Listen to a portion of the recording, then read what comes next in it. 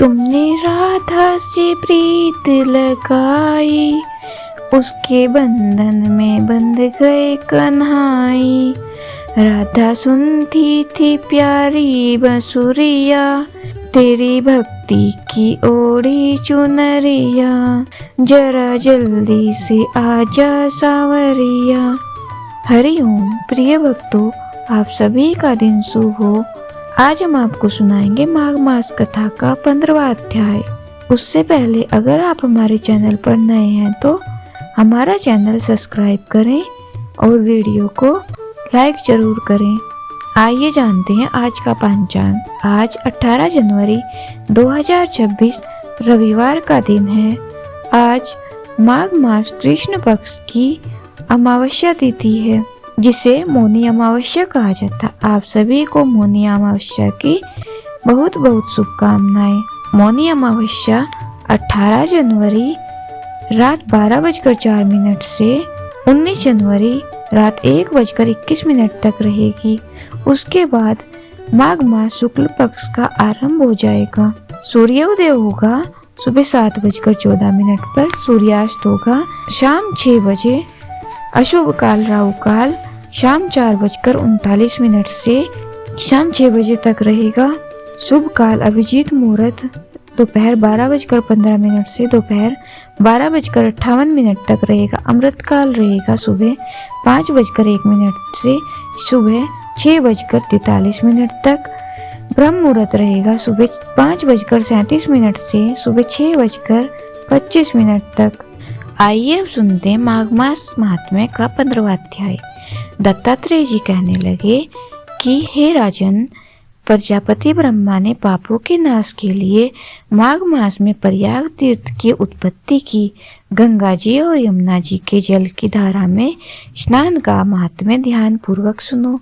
जो प्राणी इस गंगा यमुना संगम में माघ मास में स्नान करता है वह गर्भ योनि में नहीं आता, उसको जन्म मरण के बंधन से मुक्ति मिल जाती है। माघ मास में प्रयागराज में स्नान करने से मनुष्य समस्त भोगों को भोग कर ब्रह्म पद को प्राप्त होता है। माघ मास तथा मकर राशि में सूर्य में जो प्रयाग में स्नान करता है उसके पुण्यों की गणना तो साक्षात चित्रगुप्त भी नहीं कर सकते। 100 वर्ष तक निराहार रहकर जो पुण्य प्राप्त होता है वही फल माघ मास में स्नान दान जप तप तथा माघ मास महात्म्य सुनने तथा माघ मास में 3 बार प्रयाग में स्नान करने से होता है।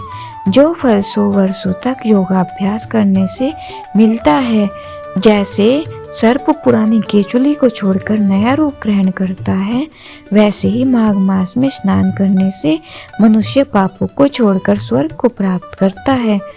परंतु गंगा यमुना के संगम में स्नान करने से हजारों गुना फल मिलता है। हे राजन, जिसको अमृत कहा है वह यह त्रिवेणी ही है। ब्रह्मा, शिव, रुद्र, आदित्य, मरुतगढ़, गंधर्व, लोकपात, यक्ष, गुहक, किन्नर, अणिमादि गुणों से सिद्ध तत्वज्ञानी ब्राह्मणी, पार्वती, लक्ष्मी, शची, नैना, दीति, अदिति, संपूर्ण देव पत्नियां, धनागों की स्त्रियां, घृताची, मेनका, उर्वशी, रंभा, त्रिलोक्षमा, अप्सरा गण और सब पितर मनुष्य गण कलयुग में गुप्त और सतयुग में प्रत्यक्ष सब देवता माघ मास में स्नान करने के लिए आते हैं। इन दिनों माघ में प्रयाग में स्नान करने से जो फल मिलता है उनकी महिमा का गान करना संभव नहीं है। प्राणी मात्र में कहने की शक्ति नहीं है। हजारों अश्वमेघ यज्ञ करने से भी यह फल प्राप्त नहीं होता।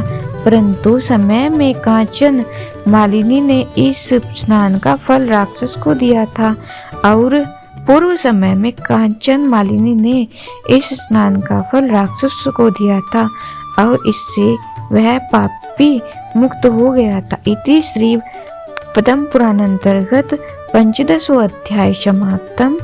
बोलिए श्री कृष्ण भगवान की जय, विष्णु भगवान की जय। हर हर महादेव। आइए अब सुनते हैं भगवान विष्णु के वराह अवतार कथा का 2रा अध्याय। भजन पूजन के समय तो भगवान की याद आती ही है, परंतु उससे भी अधिक याद तब आती है जब अपराध करने पर हमें पश्चाताप होता है। सच्चे पश्चाताप के समय अभिमान नहीं रहता, दीनता रहती है, और यह अभिमान का न रहना, दीनता का होना भगवान के प्रकट होने का शुभ समय है। हम खूब पुण्य करें, दान करें, करना अच्छा ही है, परंतु यदि उनके कर्तव्य का भार अपने सिर पर लाद लें, अभिमान से फूल उठें, तो हम भगवान से पृथक हो जाएंगे। भगवान का ही राज्य रहना चाहिए, अभिमान का नहीं। अभिमान और अभिमान के अभाव का अभिमान नष्ट होते ही भगवान प्रकट होते हैं। अपराध होने के कारण जय विजय दीन हो गए हैं और क्रोध आ जाने के कारण सनकादि भी शिथिल पड़ गए हैं। ठीक यही अवसर है भगवान के प्रकट होने का। आखिर भगवान आ ही गए। उनके सौंदर्य का पान करके सबकी आंखें छक गई। उन लोगों ने निर्निमेष नयनों से देखा कि कमल नयन भगवान श्याम सुंदर श्री लक्ष्मी जी के साथ स्वयं आ रहे हैं। उनके कंधों पर पीताम्बर फहरा रहा है। काले काले घुंघराले बाल कपोलों तक लटके हुए हैं। मकराकृत कुंडल की छटा न्यारी है। मुकुट से सूर्य के समान हजारों किरणें निकल रही हैं। ऊंचे ललाट पर गोरोचन का तिलक है। टेढ़ी टेढ़ी भी अनुग्रह की वर्षा कर रही है। प्रेम भरी चितवन और तोते के समान ऊंची नाक है। मरकत मणि के समान स्वच्छ चमकते हुए कपोल हैं। लाल लाल होठों में से दांतों की छवलता मुस्कुराने के बहाने सुधा की वर्षा कर रही है।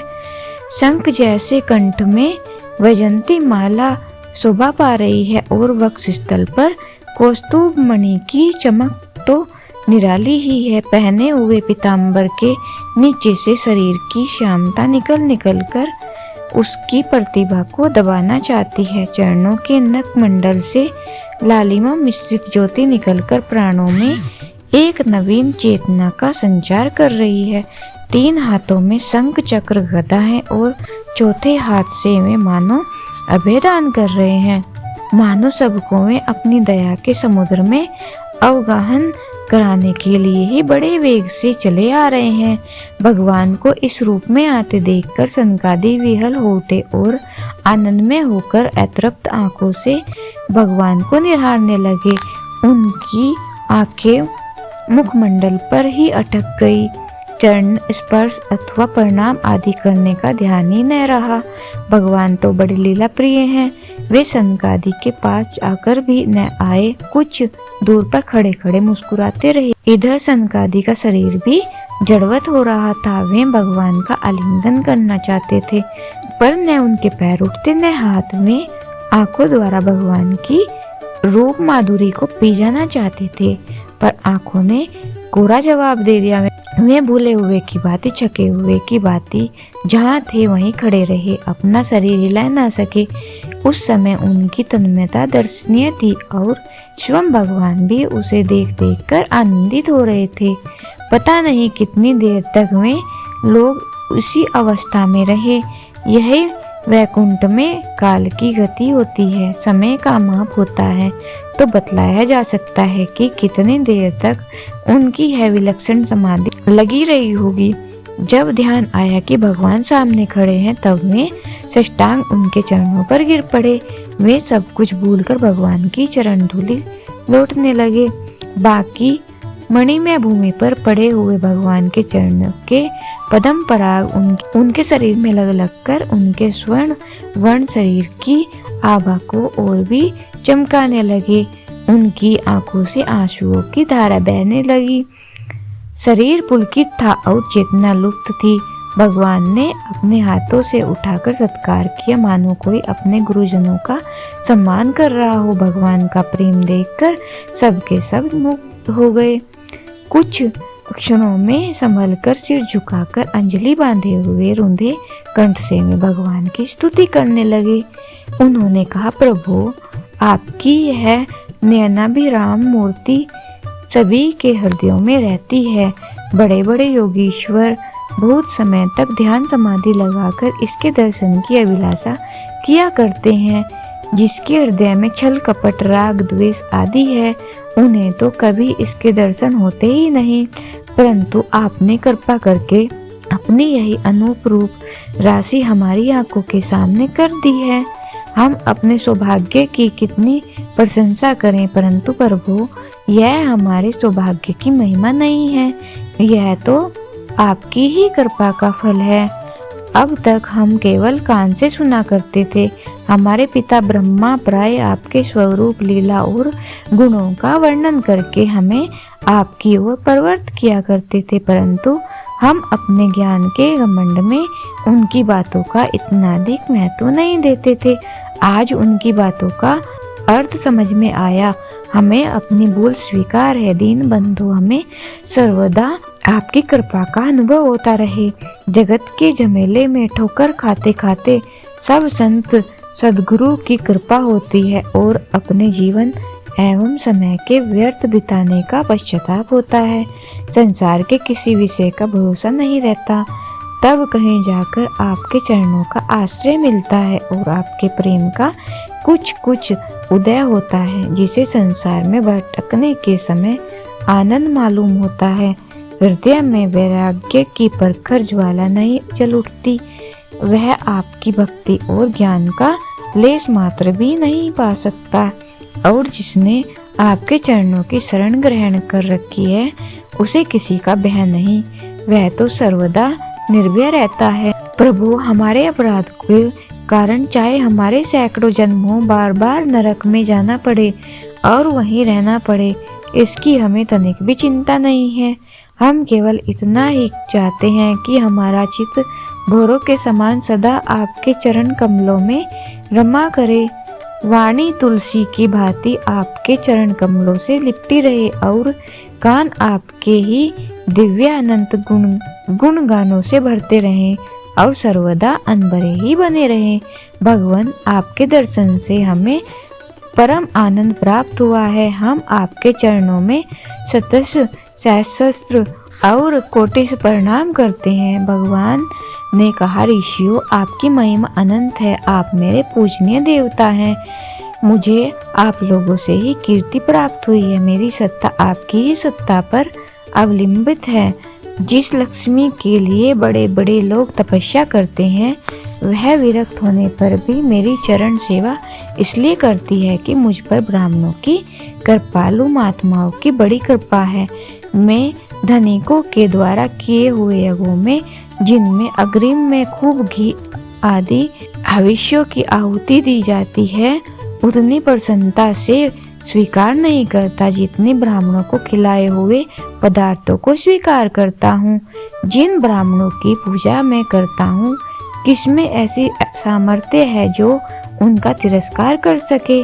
जो तिरस्कार करने पर, गाली देने पर भी ब्राह्मणों का तिरस्कार नहीं करते, बल्कि प्रसन्नता के साथ प्रेम भरी वाणी से उनका सम्मान करते हैं और उन्हें मेरा स्वरूप समझते हैं, वे मानो मेरी ही पूजा करते हैं। ब्राह्मणों, ये जय और विजय यूँ तो मेरे पार्षद हैं, परंतु इन्होंने मेरे शासन और आज्ञा का उल्लंघन करके आपका अपमान किया है। सेवक का अपराध स्वामी का ही है। मैं अपने इस अपराध के लिए स्वयं लज्जित हूँ। आप लोगों ने जो इन्हें दंड दिया है वह भी मुझे मालूम है। आप लोगों की इच्छा मेरी इच्छा है और वही हुआ है जो मैं चाहता हूँ। इन दोनों ने मेरे अभिप्राय को न समझकर जो यह दुर्व्यवहार किया है, उसके फलस्वरूप ये 3 जन्मों तक असुर योनि में जाएं और शीघ्र ही पुनः अपने स्थान पर लौट आएं। यह मैं इन पर कृपा कर रहा हूँ। यह मेरे प्यारे सेवक हैं। बहुत दिनों तक मुझसे ये अलग रहे, यह मुझे अभिष्ट नहीं। भगवान की बात सुनकर ऋषियों की बुद्धि चकरा गई, मानो उन्होंने समझा ही नहीं कि भगवान क्या कह रहे हैं। वे गदगद वाणी से भगवान से कहने लगे। वे बोले, आपकी बात हमारी समझ में नहीं आ रही। आप त्रिलोकीनाथ हैं, हमें अपना आराध्य देव बतला रहे हैं। यह आपकी कृपा है। आप ब्राह्मणों के आत्मा हैं, स्वामी हैं, सनातन धर्म के परम रहस्य हैं। आप यदि ब्राह्मणों का इतना सम्मान न करेंगे तो कौन करेगा। परंतु प्रभु, यहाँ सत्व के साम्राज्य में आकर हम लोगों ने बड़ा अनुचित कार्य किया है। इसके लिए आप हमें दंड दें और इन्हें शाप मुक्त कर दें। ये निरपराध हैं। भगवान ने कहा, इसके लिए आप लोगों को चिंता करने की आवश्यकता नहीं। ये असुर योनि में जाकर वैर भाव से मेरा चिंतन करेंगे और फिर मैं स्वयं जाकर इनका उद्धार करूंगा। यह शाप मेरी इच्छा से ही इन्हें मिला है, ऐसा आप लोग समझे। इसके बाद बड़े प्रेम से वैकुंठ की शोभा देखकर और भगवान की परिक्रमा प्रणिपात आदि करके उनके समेत लेकर सनकादि वहां से विदा हुए। वे मार्ग में भगवान और उनके वैकुंठ की प्रशंसा करते हुए यथेच चले गए। अब भगवान ने जय विजय पर दृष्टि डाली। बोलिए श्री कृष्ण भगवान की जय, विष्णु भगवान की जय। प्रिय भक्तों, यह थी भगवान विष्णु की वराह अवतार कथा का दूसरा अध्याय। आगे का अध्याय कल सुनेंगे। हमारी वीडियो पसंद आई तो हमारा चैनल सब्सक्राइब करें और वीडियो को लाइक जरूर करें। जय श्री कृष्णा।